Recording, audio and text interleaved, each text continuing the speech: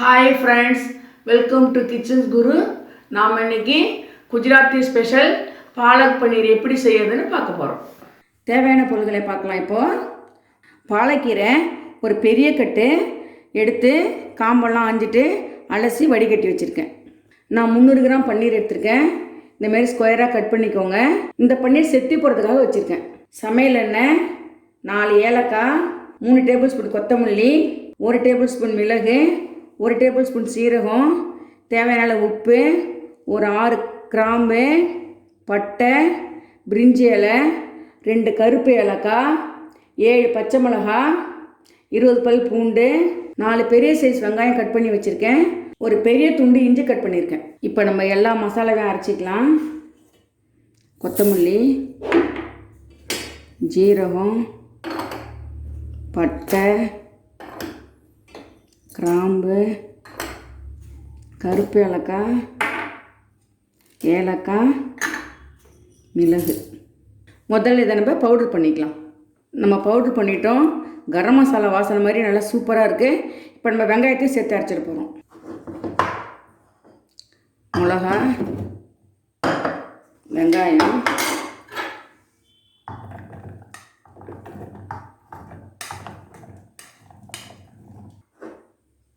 இஞ்சி, பூண்டு.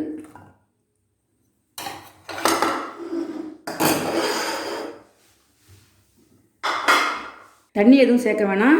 வெங்காயத்திலே தண்ணி இருக்கும், நம்ம பறிச்சிக்கலாம். இப்போ நம்ம மசாலாவை நைஸாக அரைச்சாச்சு. இப்போ நம்ம பாலக்கீரையை வேக வைக்கலாம். வாங்க, நம்ம ஸ்டவ் ஆன் பண்ணிக்கலாம். ஒரு டம்ளர் தண்ணி சேர்க்கலாம்.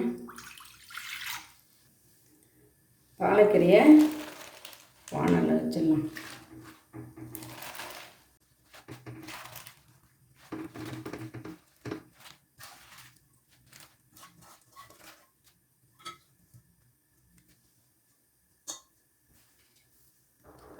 ஒரு டம்ளர் தண்ணி ஊற்றி பாலக்கீரை வேக வைக்க போகிறோம். கீரையை மூடி வேக வைக்கக்கூடாது.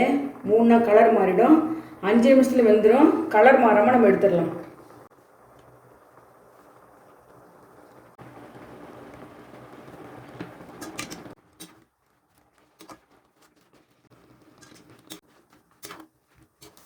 இப்படி நம்ம பரட்டி விட்டோம்னா மேலே இருக்கிற கீரை கீழே போயிடும். ஒத்தாப்பில் வேகும்.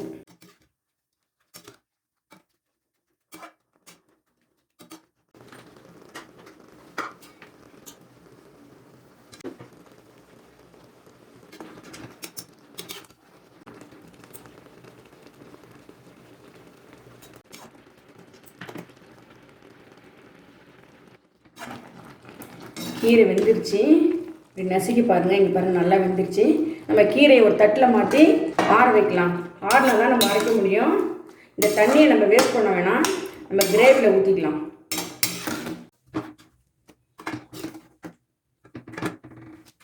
கீரை பார்க்கும்போது நிறையா இருந்துச்சு.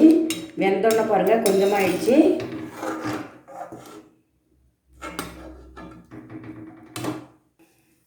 அடிகனமான பாத்திரமாக எடுத்துக்கோங்க. எண்ணெய்,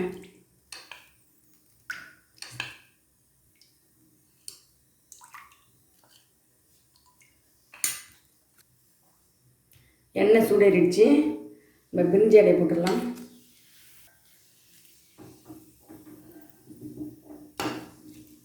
நல்லா வாசனை வரட்டும்.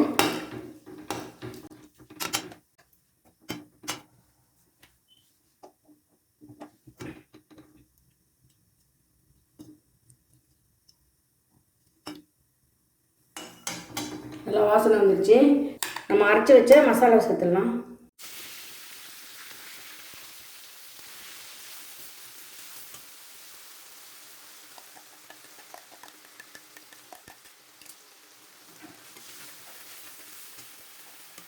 இந்த மிதமான தீயிலே வதக்கலாம்.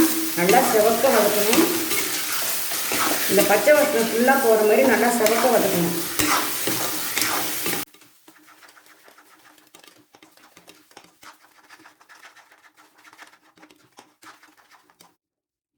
அடி பிடிக்கும், நம்ம கிண்டிக்கிட்டே இருக்கணும்.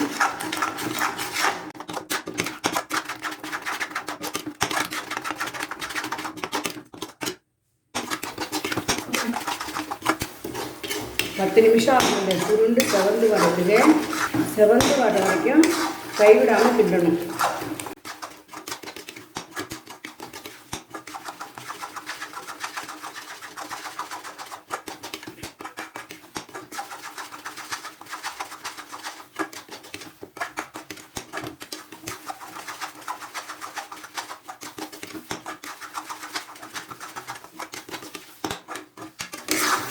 இந்த மசாலாவை நல்லா நம்ம சுருளை செவக்க வதக்கிறதுல தான் நல்ல டேஸ்ட் கிடைக்கும். இப்போ நீங்கள் அடி பிடிக்கும்போது கொஞ்சம் தீயை மிதமாக வச்சுக்கலாம். குஜராத்தில் இந்த பாலக் பன்னீர் ஸ்பெஷல் டிஷ். நம்ம இன்னும் ஒரு 2 ஸ்பூன் எண்ணெய் சேர்த்துக்கலாம்.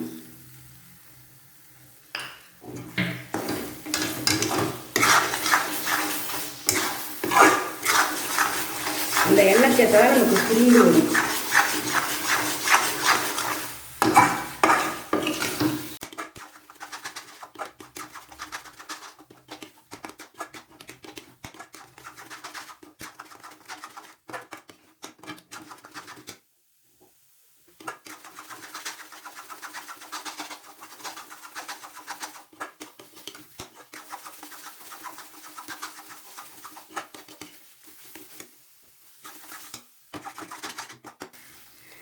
நல்லா சுருண்டு வந்துடுச்சு. அல்வாயில் நெய் வர மாதிரி இங்கே பாருங்கள், எண்ணெய் எல்லாம் கக்குது. இப்போ நம்ம தண்ணி சேர்க்கணும்.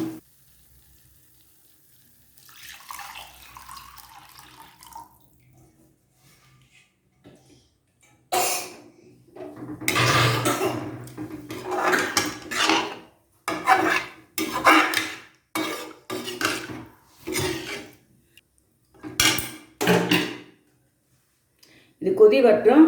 நம்ம கீரை அரைச்சிட்டு வந்துடலாம்.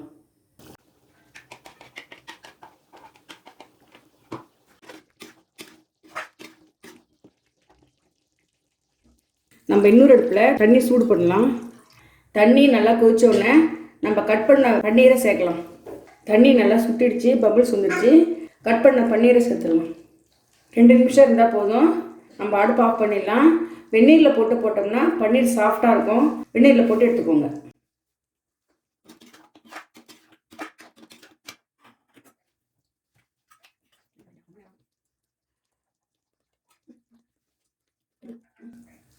ரெண்டு நிமிஷம் ஆயிடுச்சு. நம்ம அடுப்பு ஆஃப் பண்ணிவிட்டு பன்னீர் எடுத்துடலாம். நம்ம இப்போ அரைச்சி வச்ச பாலக்கீரையை சேர்த்துடலாம்.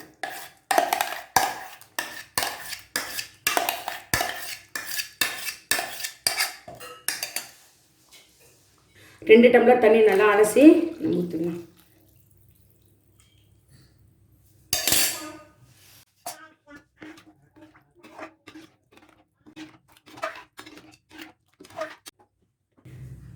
நம்ம மசாலா நல்லா வதக்கிட்டோம், நல்லா கொதிக்க வச்சுட்டோம்.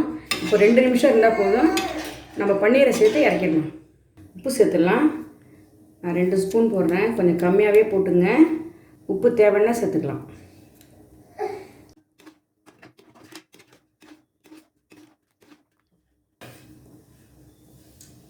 பன்னீரை சேர்த்துடலாம்.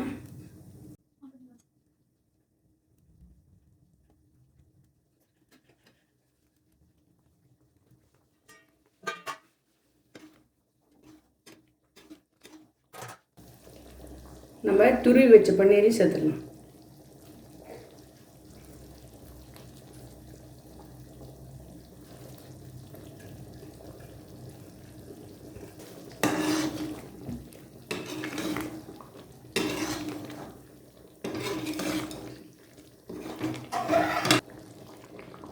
பன்னீர் சேர்த்து 2 நிமிஷம் ஆயிடுச்சு. நம்ம இப்போ அடுப்பு ஆஃப் பண்ணிடலாம்.